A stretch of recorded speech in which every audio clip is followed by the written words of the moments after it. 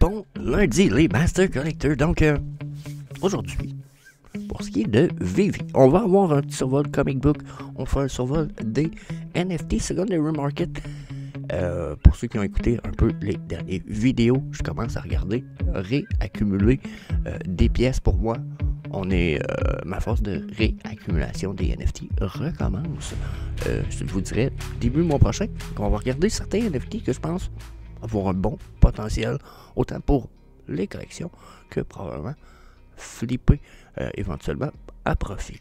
Donc tout ça, plus bien entendu les big news alentour de CryptoXR qui ont été un petit peu leakés. On va y aller avec ce que je me rappelle, mais on va été ce qui a été leaké durant le vidéo de 101 Pop par Max Métis, organisateur de CryptoXR, et TDV, qui est un des membres de l'équipe qui a laissé sous-entendre quelque chose quand même assez interesting dans le chat. So, yeah.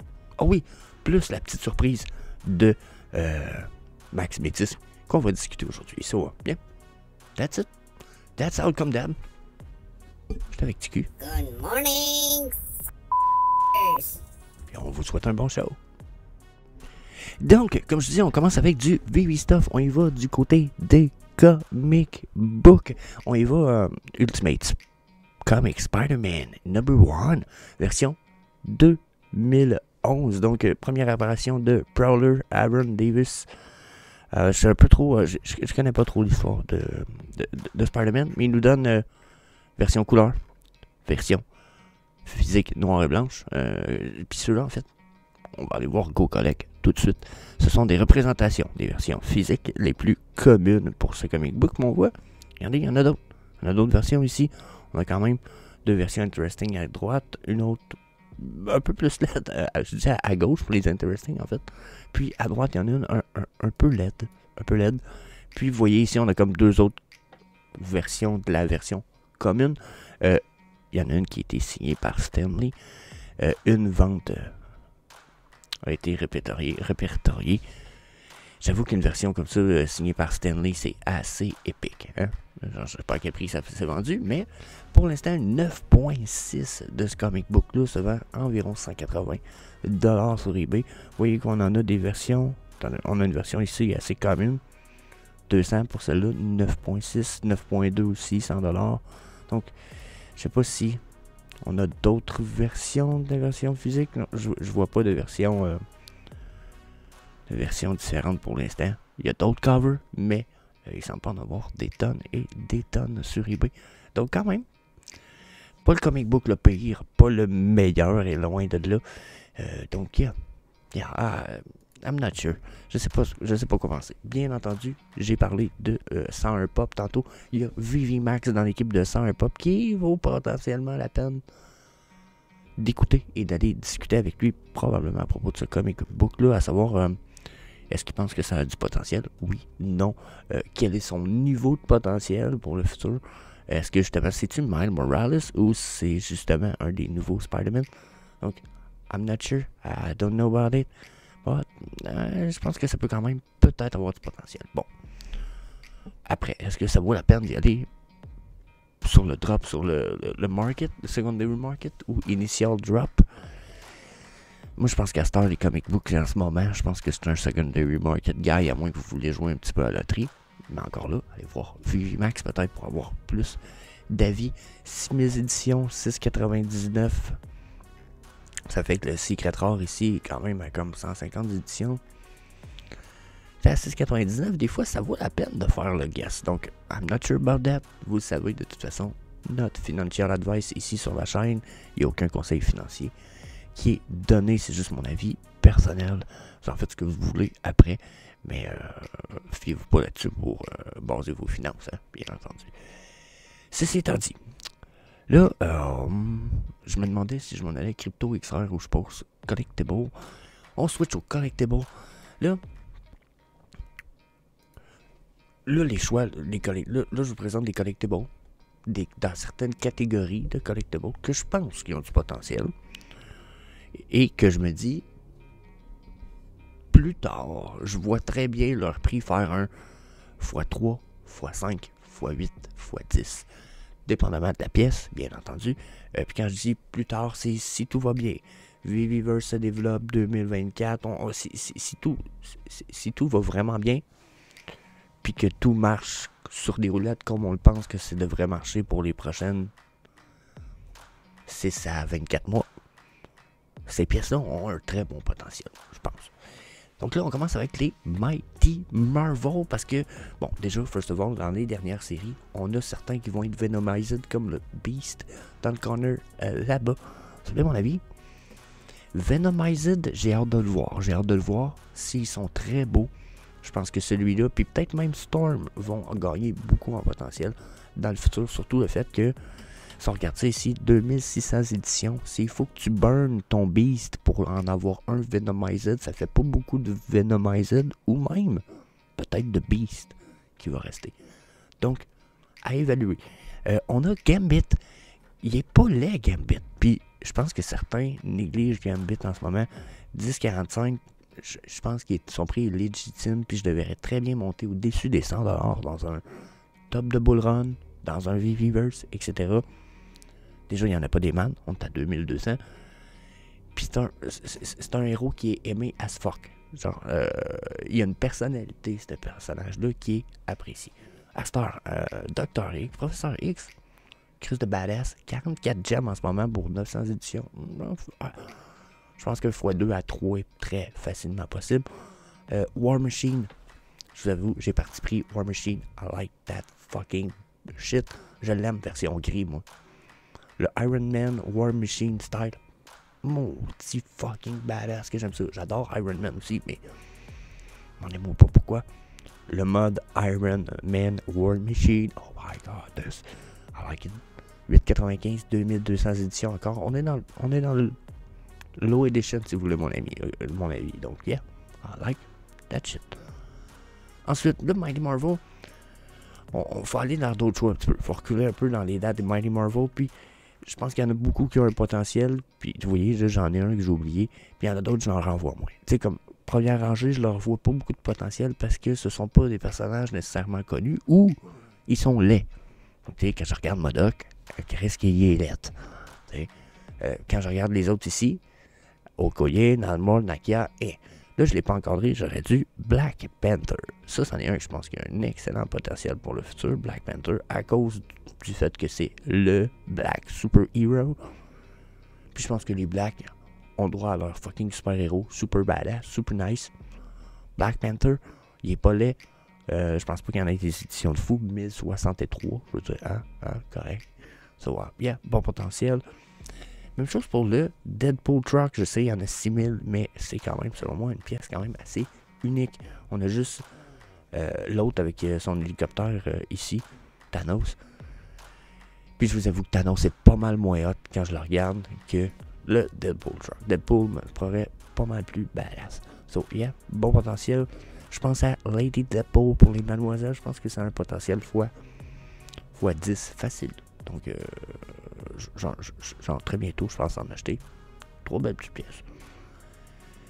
Même chose pour le Deadpool de Doc. J'aurais peut-être pas dû encore. Quand j'y repense, Deadpool de Doc, d'après moi, il va peut-être être mis plus de côté. Mais regardez Dogpool. J'en ai parlé quand il est sorti, comme de quoi qu'il était très beau. Un très beau chien. Un Deadpool Dog. Fuck yeah. Que l'histoire en arrière de la Deadpool Corp était crissement intéressante. I like that. Moi, je pense que déjà, Deadpool, autant dans le présent que dans le futur, ça va être un super-héros qui va être apprécié de plus en plus. Spider-Man, même chose, un des de top super-heroes, donc à 12,98, super big deal. Dogpool, 21, je veux dire, pour une pièce que le monde trouvait pas chez lettre, et que quand ça a sorti, le monde n'était pas en faveur, je trouve qu'il a maintenu un bon prix. 21, ça a du sens. Ensuite, on finit avec... Mais ça, on finit avec ça, du Spider-Man stuff pour les Mighty Marvel. Je pense que le potentiel Mighty Marvel tourne vers des pièces qui vont être appréciées beaucoup plus par la communauté dû à leur histoire, leur allure et leur potentiel. Quand je pense à Ghost Spider, Chris, c'est une belle Spider-Man. Je veux dire, Chris, avec la capuche rose pis tout super, ça fit avec le vrai modèle de Ghost Spider. Je veux dire, I like that shit. That's an incredible collectible. Je pense que son potentiel est très bon. 13,45 en ce moment, avec combien d'éditions? Il y a beaucoup d'éditions, par exemple. Mais justement, 13,45, il y a quand même 13 000 éditions. 14 000, 15 000 éditions de Ghost Spider. Donc, yeah, I like that. Mais, bien entendu, aller chercher des low mint. Plus que d'éditions, plus que le low mint va être intéressant. Green Goblin, 3300 éditions. Spider-Man 2099, 2099 éditions. C'est des personnages qui, autant dans le présent que dans le futur, vont avoir un très bon potentiel. Puis leur passé est pas très à discuter. Hein? On va l'avouer. C'est des personnages qui ont déjà une bonne histoire. Sont déjà appréciés. Et etc. Même chose, je vous dirais pour Human Torch, puis Doctor Doom, deux fucking badass characters, fucking liked, bon potentiel. Et je ramène tout ça avec Red Skull également. Très bon villain, très low edition, 4880. Très low. Non, low edition un peu, 4000. Mais quand même, il y a un Tesseract dans ses mains. J'ai envie de dire que son arme est quasiment plus badass que n'importe qui d'autre. Je comprends que, mettons, Sam Wilson, fucking badass, premier black character on VV, Mighty Marvel, first appearance d'un Captain America. C'est Sam Wilson, je veux dire. Potentiel écœurant, sauf que son arme, c'est un bouclier. L'autre, il y a un Tesseract, sti. Fait qu'en tout cas, je pense que le monde va aimer beaucoup Red Skull et même chose pour Sam Wilson. Sam Wilson, on l'a déjà vu monter quand même à très haut pour 28 000 éditions. Son all-time height à 160. Donc, si vous pensez que de 3,79, il peut pas faire un x10, moi, je vous le dis, là, il peut facilement faire un x10. Donc, yeah, ça, c'est le Mighty Marvel. Là, on est à 10 minutes de vidéo au minimum. Donc, j'y vais aussi avec, petit conseil, Spider-Man, on a parlé Spider-Man. Allez dans le Spider-Man, je pense que ça va être une très belle activité. Amazing Spider-Man Common à 60$. Il y en a 32 000. Bon, je comprends qu'il y en a beaucoup, mais Low Edition, I like that shit. Probablement que tous les premiers Spider-Man valent la peine. Puis, quand on regarde son all-time high à 1350, je peux vous dire que même s'il ferait juste monter à 620$, ce qui veut dire un petit x10 de son 62, c'est un bon profit. C'est un très très bon profit. Donc, yeah, je pense que là-dessus, Spider-Man, c'est pas à discuter, hein. Regardez, on revient. Le Miles Morales, je pense qu'il y a 399 au nombre d'éditions qu'il y a là.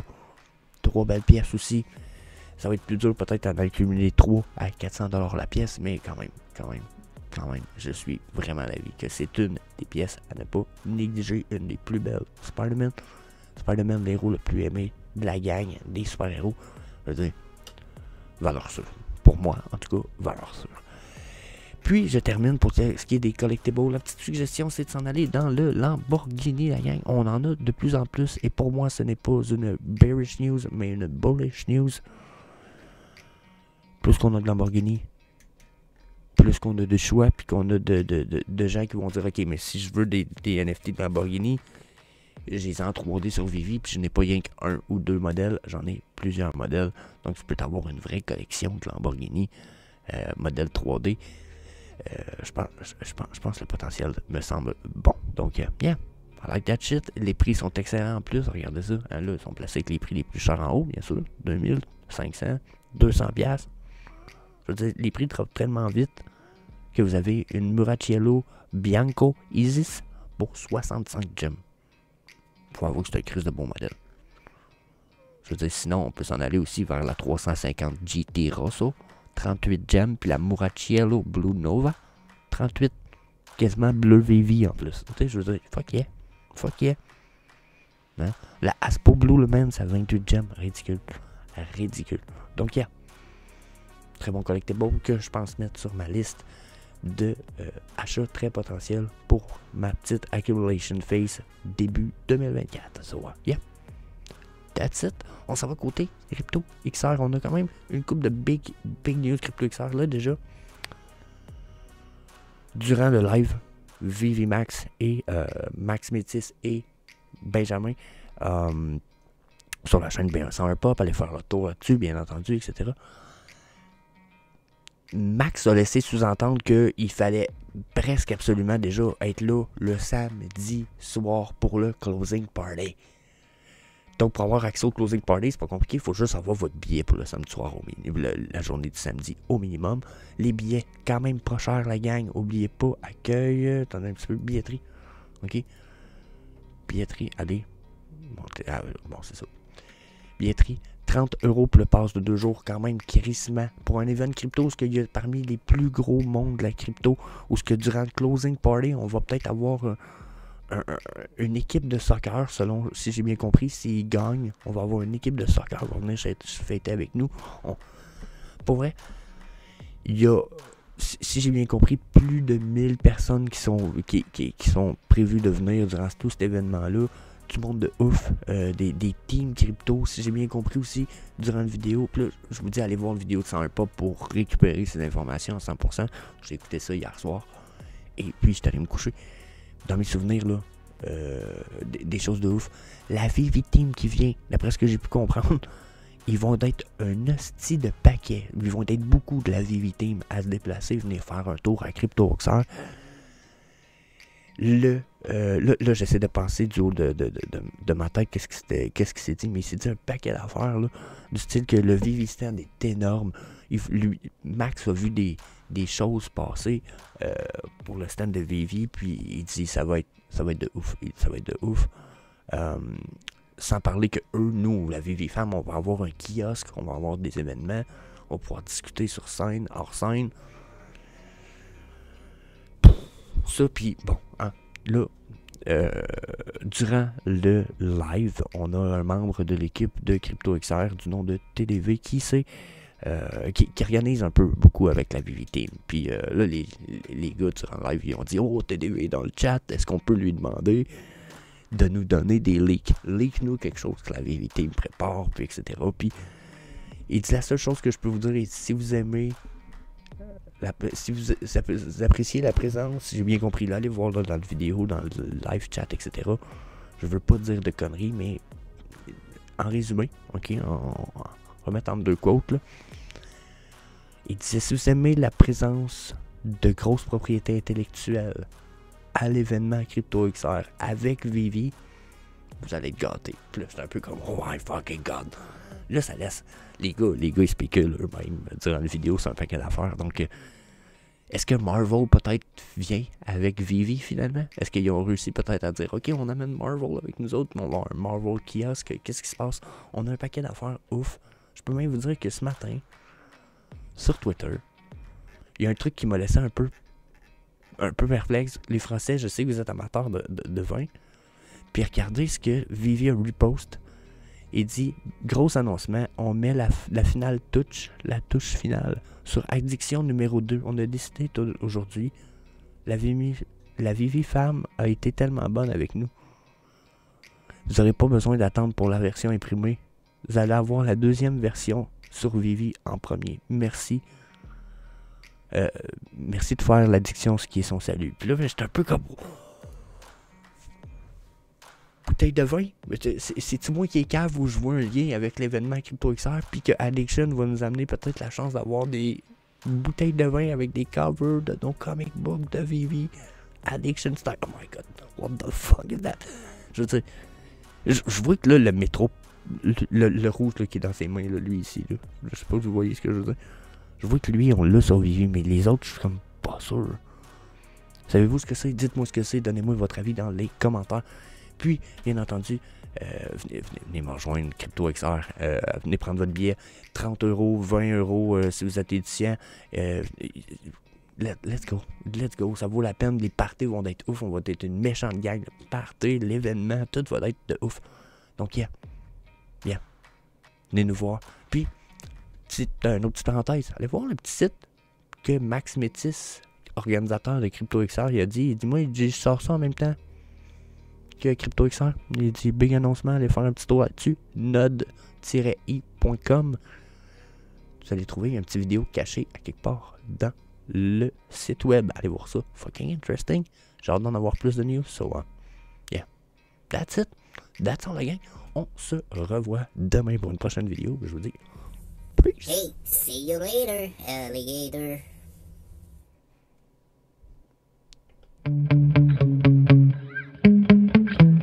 Yeah.